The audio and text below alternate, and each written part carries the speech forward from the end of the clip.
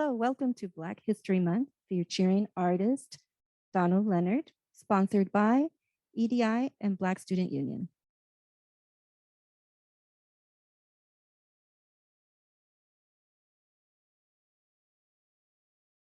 Podest will now be reading our land acknowledgement.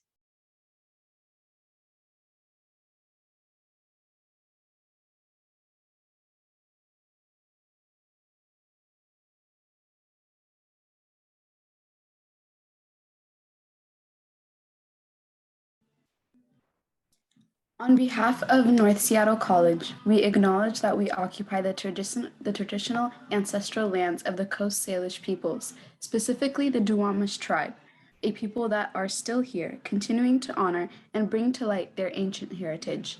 Without them, we would not have access to this gathering, dialogue, and learning space. We ask that we take this opportunity to thank the original caretakers of this land who are still here.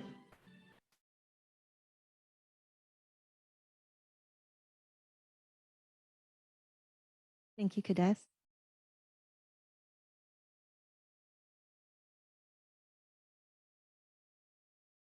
We'll be doing labor acknowledgement.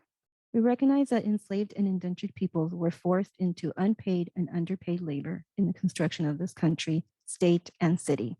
To the people who contributed this immeasurable work and their descendants, we acknowledge our and their indelible work on the space in which we gather today.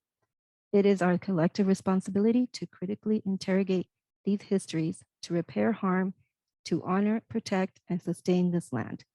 Thank you.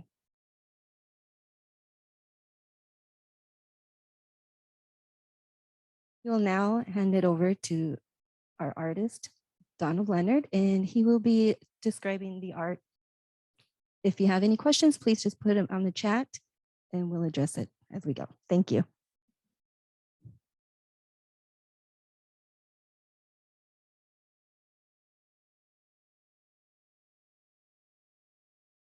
Good afternoon.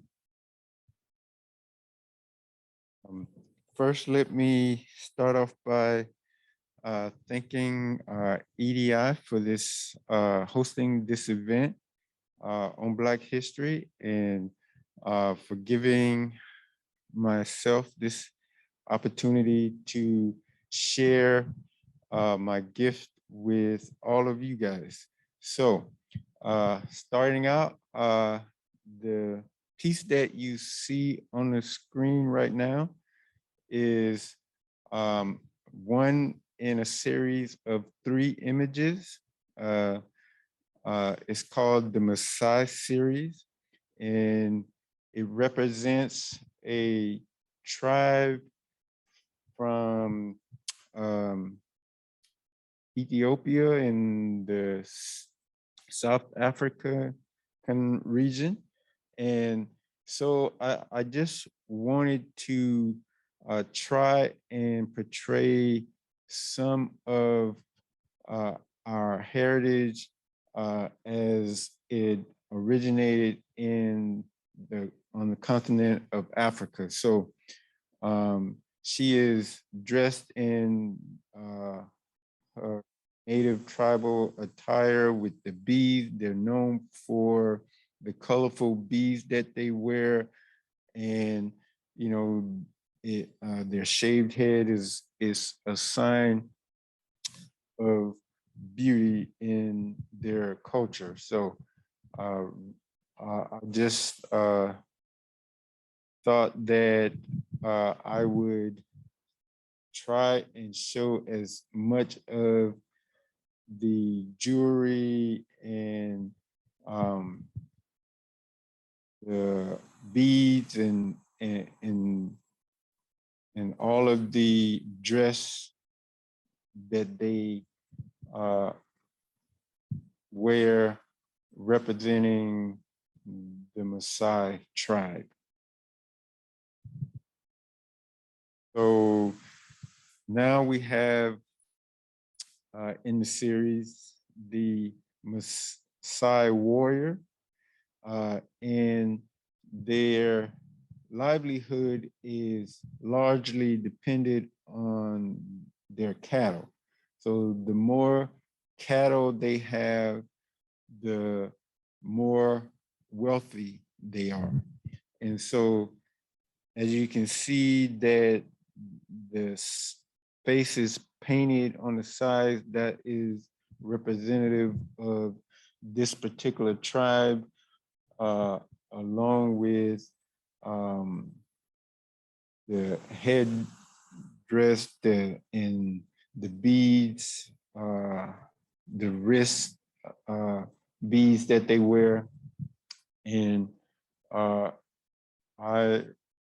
am trying to represent as many different tribes of the continent of Africa that I can. There are tons of them.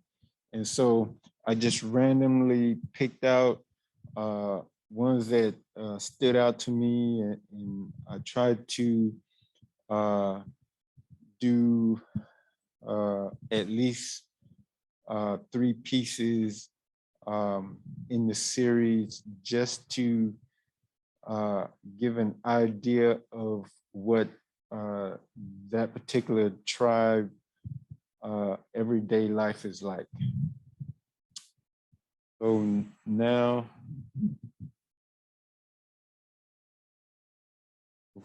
okay. Okay, so this particular piece was a commissioned piece. Someone approached me and asked me to do President Obama at the time. And so they were pretty much open to whatever I came up with. And so as I thought about it, and usually how I work, I do several thumbnails just to see what they would look like before I commit to a full-on original piece. And this piece was done in our charcoal. It's all charcoal, and so I did some research on some of President Obama's images that was out there, and you know, the one I found most fascinating was him in deep thought, and so I wanted to somehow portray some of the monuments, the Washington, so the White House and the Capitol building. And so I thought those would accentuate the piece. And so as best I could, I tried to incorporate those into it. And so this is how that piece came about. Okay, and as many of you might know, this is Malcolm X. And if you know anything about Malcolm X, he was about the civil rights movement and the freedom movement. And he was very, played a very integral part in the fight for equal rights and fair treatment amongst Black people. And so, and for all that he did, I just wanted to kind of acknowledge him as and pay homage to his efforts to help fight for equality. So that's why that piece done. Okay, and so now we move on to this piece is uh, Satchmo is his nickname. Is Louis Armstrong, and one of the most famous songs that he did was "It's a Wonderful World." He was a, um, a very accomplished horn player and vocalist as well, and he was very instrumental in the music and entertainment business. And so this was just a rendering of mine paying homage to those who laid the groundwork for future artists in the music industry, and acknowledging all that he contributed to the culture and the race as a Black entertainer.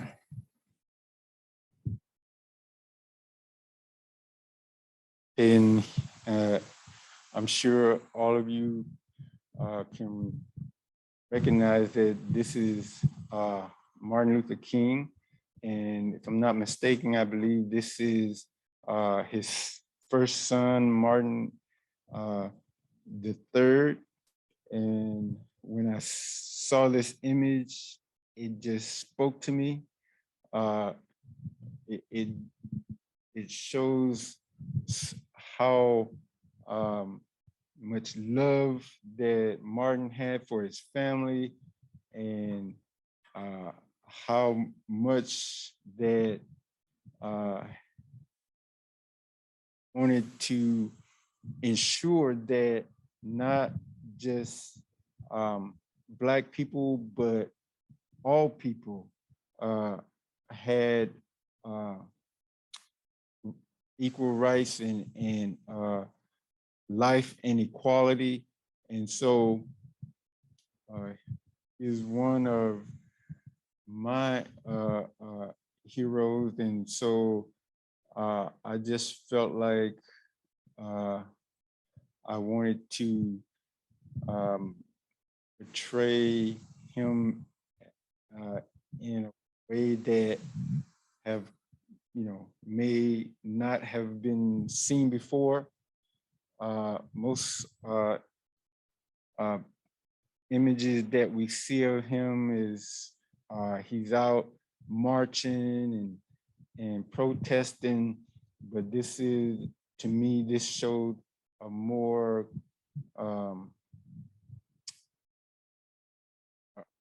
loving side of him, with his son.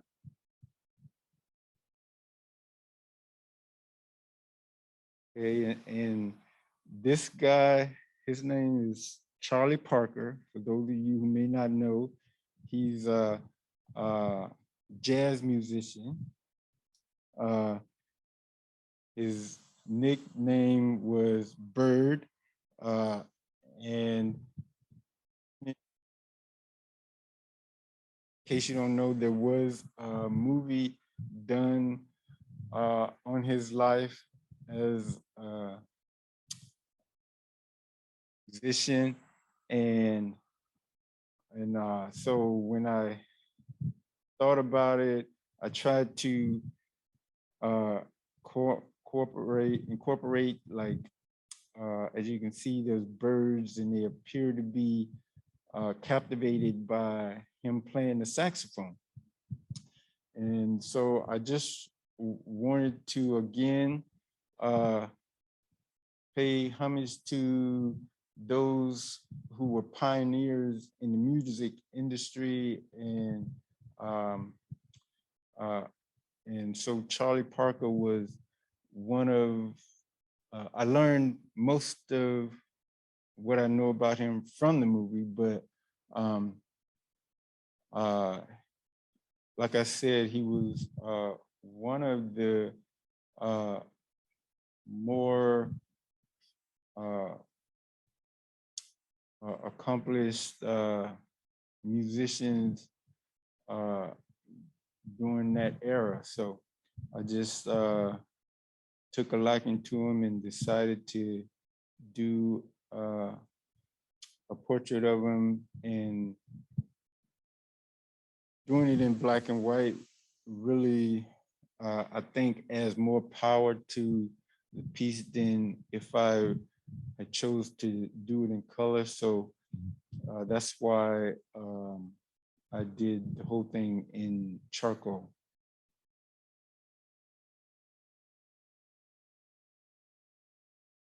Okay, now moving on to the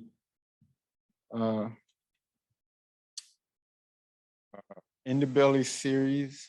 This is another tribe that is from the continent of Africa, and they're really known for their very colorful designs and soft pastel colors that if you were ever to see them in their country, you would see all these different shapes and colors painted on their homes. And so this piece here is Chief. He's a elderly warrior, and he has a staff in his hand. So I just tried to use as much of the designs that I could in the piece, making him the focal point of the piece. And so that's why you will see how after you see him, then everything else starts to fade out. And so this was, to me, one of the stronger of the three pieces, as again, they're dressed in, he's dressed in tribal wear native to his own tribe. And so each tribe, the culture is a little different. And so this is represent their culture, the Indabelly tribe.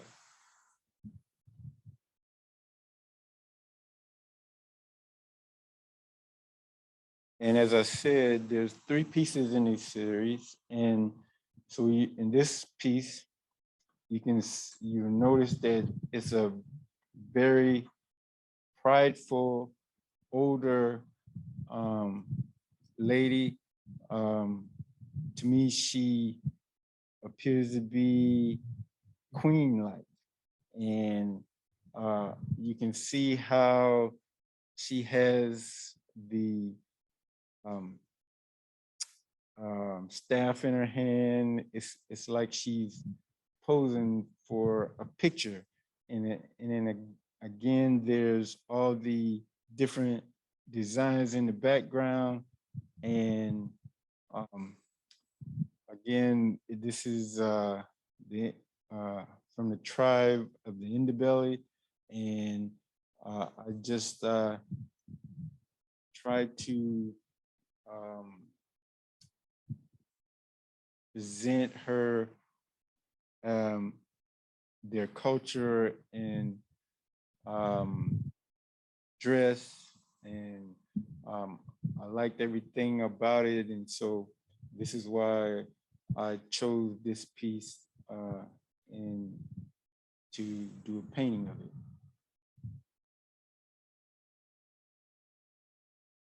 Last but not least in this series is the three little girls. You may not be able to tell that, but these are three little girls, and again, they're dressed up in their tribal attire, and you can see how happy they look. They're excited, and I can only imagine that it's probably their first time being a part of some type of celebration. And I wanted to just capture the excitement and the happiness on their faces. And again, as a part of their culture, you can see in the background, there's some type of image native to how they like to design, put together different designs, and you see these on their buildings. You see it on their pottery, and yeah, this is probably one of my favorites in this series, and so yeah, this one really stands out to me. Okay, so these set of images that you're going to see now, there's 5 of them in the set. This is really like the first series that I ever painted. Before that, most of my artwork was done in charcoal, and it I had never done anything in color prior to this, but at the time there was that I did this piece, this series, there was a tribal uprising between 2 tribes, and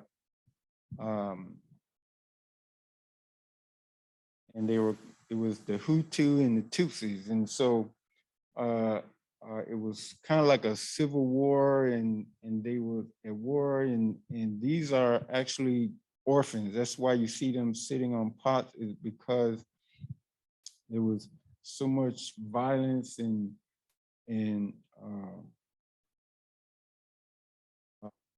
fighting going on back then, that kids were getting lost, and they was losing their parents, and so much as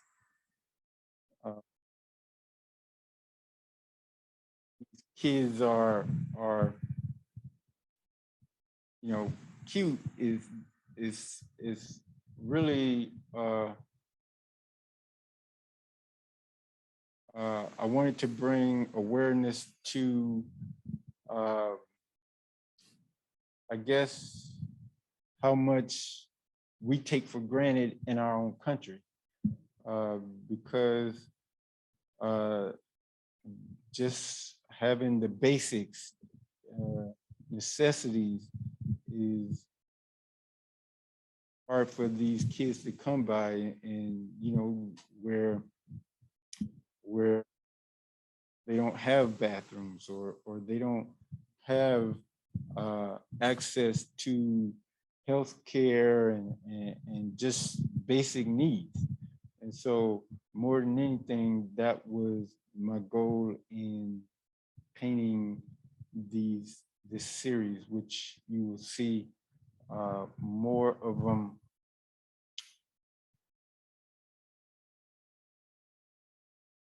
Okay, and again, this is another piece in that series. I think the first one is called Matthew 19 and 14.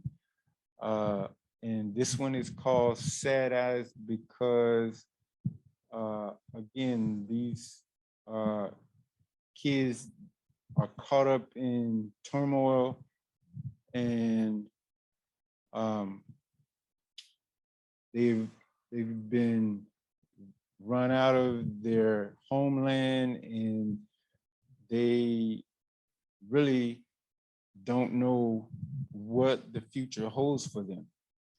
And more than any of the others, I think this piece shows the uncertainty of what the kids was dealing with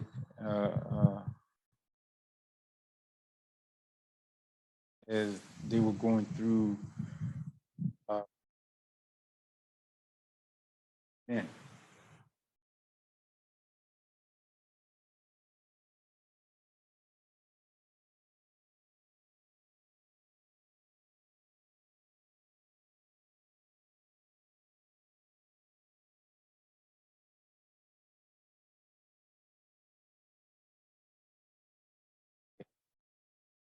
We're back, and this piece is called David, and as you can see, the barbed wire. This is a concentration camp, and as the people was trying to flee from the violence that was taking place, they were put into these camps, and it was coming from all over. And so this young boy has a look of determination in his eyes, and and so I called it David after one of the characters in the Bible, and the story is that as David, when he was a young man, he confronted Goliath and he destroyed him because he had came against the Israelites. And so, and the story goes that the giant said that rather than us having a war between the armies,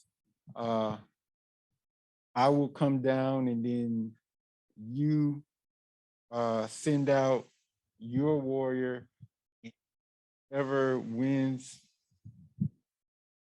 the battle between the two of us, they will be the victor. And so no one gave David a chance. He was just a young boy. The armor didn't even fit him. But if you read the story, all he did was take a slingshot, and with stone, he hit the Goliath right between the eyes and killed him. And so the correlation is that this young man is faced with huge circumstances. Again, he doesn't know what the future holds for him, but he appears to not be afraid. And so that's why this image stood out to me, and why I chose to render it.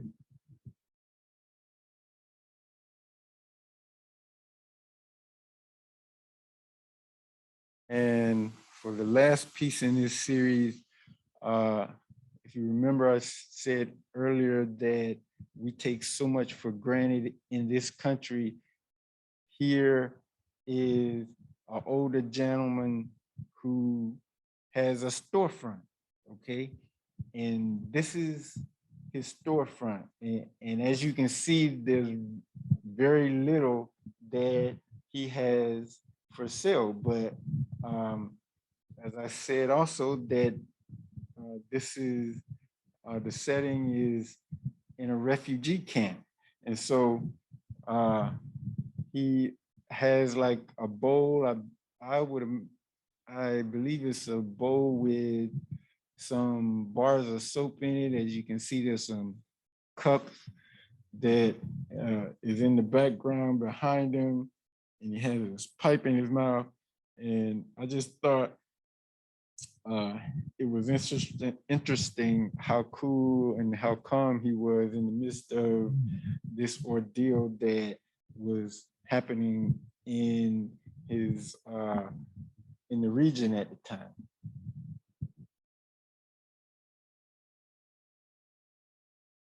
Oh, okay, there's one more piece.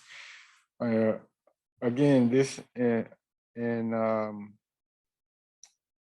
this is the last piece, and again, it takes place in the refugee camp, and you can recognize that by the barbed wire. And these kids are in line. They're, you know, there wasn't that much to eat, so whenever there was food available, the kids had to line up and wait their turn and hope that the food didn't run out before it got to them. So again, the whole purpose of this series was to let us know how blessed we are in a country to where so much food, and it really makes no sense that anybody in this country would go hungry. But because of we're such a capitalistic society, we tend to take so much for granted and not have very much compassion for those who are less fortunate. And so that was the story that I was trying to us to see, is that one day at a time, that we just should count our blessings, because you know, we could have been born in a country where just finding clean water was be a major issue.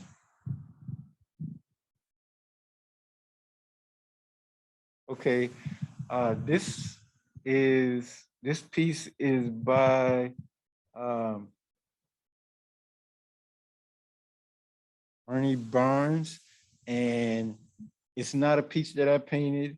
It's a print belonging to one of the employees here, and it's easily recognizable because this piece was one of, if you remember the sitcom Good Times, this was always the first thing you saw when the song was played and the sitcom was coming on. And so this is a very well-known piece. It's was made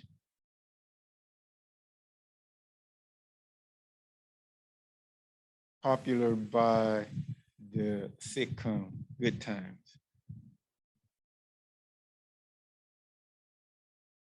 Corey also owns this piece, rendered by the same artist, and it's just of a young man holding his diploma, and he's walking with pride and feeling the sense of accomplishment that he has graduated. And so,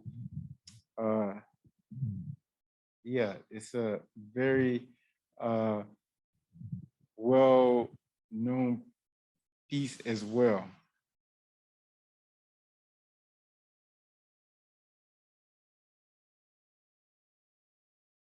Thank you, Donald. Sorry. So Belinda Tillman is a proud owner of those two paintings. Thank you, Mrs. B.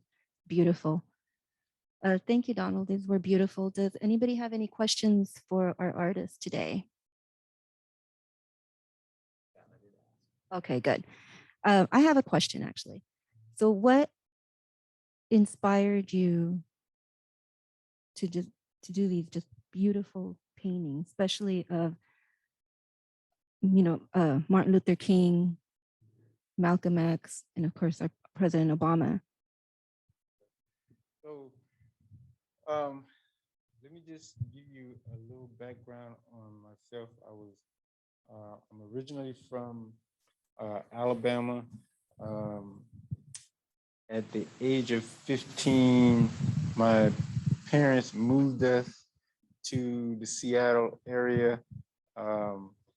And I knew early on that the Lord had blessed me with this gift, and I knew in order to show him my appreciation, one thing that I could do is share it with as many people as I possibly can at every opportunity that I get, hoping that someone would be blessed by seeing it. And I think your question was what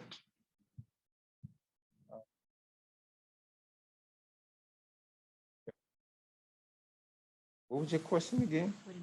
What inspired me to do?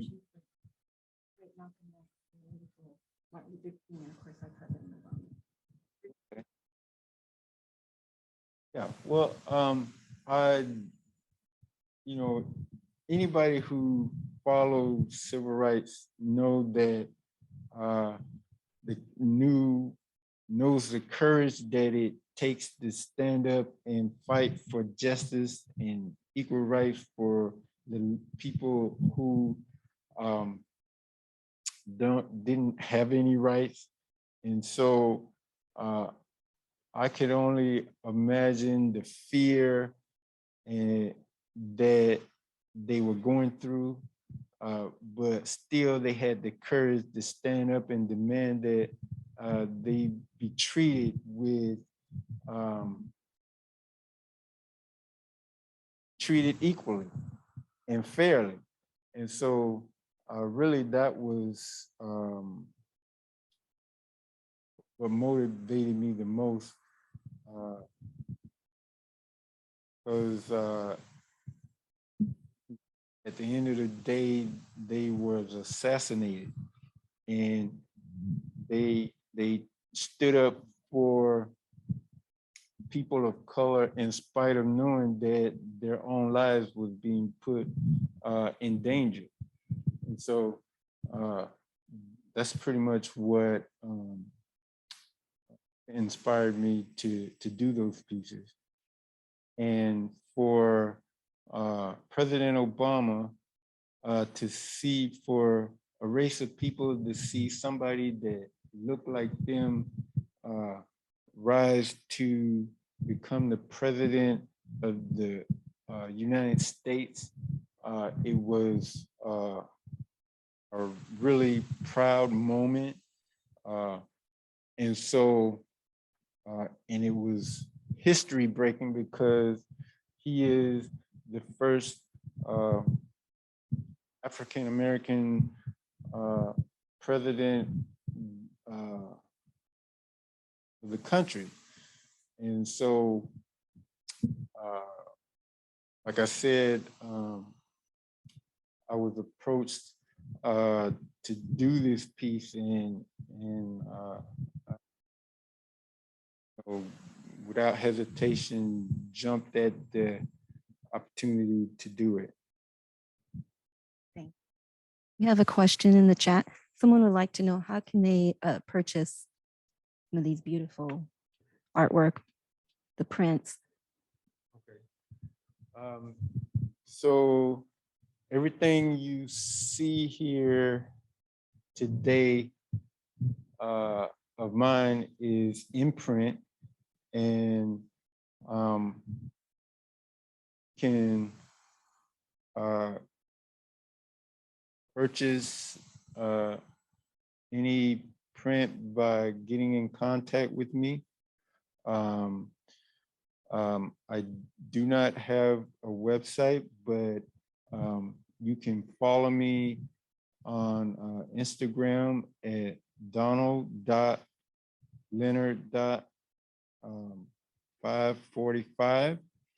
And I can also give you my contact information. You can reach out to me in through Instagram, and you can also contact me by number, and that is, if you are ready, it's 206 478-7768.